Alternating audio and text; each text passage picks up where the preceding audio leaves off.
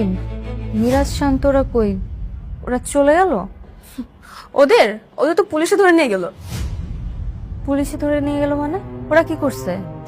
আপু আর বলিস না, তুই চলে আসার পর অনেক হইচই করছিল, বলছিল আজকে নাকি ভোট হবে, আজকে নাকি নির্বাচন হতেই হবে।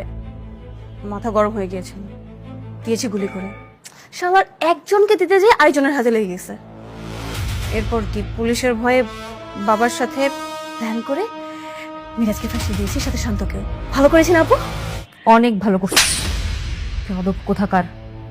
সবকিছুর একটা সীমা থাকে। চল আমার সাথে।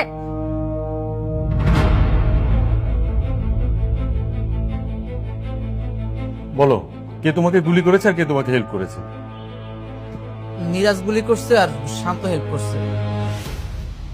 মিথ্যা বলছে। এই, তোকে কে মারছে? কে গুলি করছে বল? মিরাজ মিরাজ কয় টাকা দিছিলাম? হ্যাঁ বল না, কত টাকা দিছে? 5,000 টাকা। মাত্র 5,000? এই 5,000 টাকার জন্য বন্ধুদেরকে ফাঁসাচ্ছিস? ছি! আঙ্কেল, আপনাদের কেউ কি টাকা দিছে? না, আমরা কেন টাকা খাবো? তাহলে আপনাদের দায়িত্ব কি ছিল?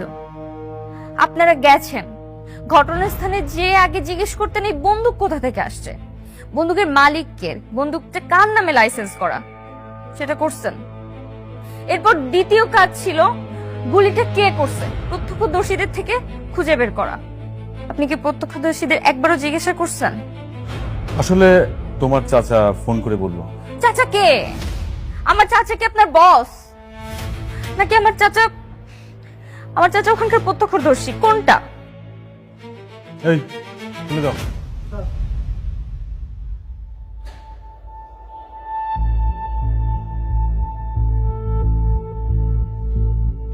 থ্যাংক ইউ সাথী। চল মিরাজ। দাঁড়াও, পিস্তলটা লাইসেন্স করা, এটা আমাদের কাছে জমা রেখেছি। লাইসেন্সধারীর সাথে আমরা কথা বলে নেব। কিন্তু স্কুলে একজন স্টুডেন্টকে আহত করার অভিযোগে তোমার বোন লামা অভিযুক্ত। লামাকে আমরা এখন অ্যারেস্ট করব? আপনাদের যা খুশি করেন, যে দোষ করেছে তার শাস্তি পাওয়া উচিত। আপনার কাছে কেউ লামার নামে অভিযোগ করেছে? না,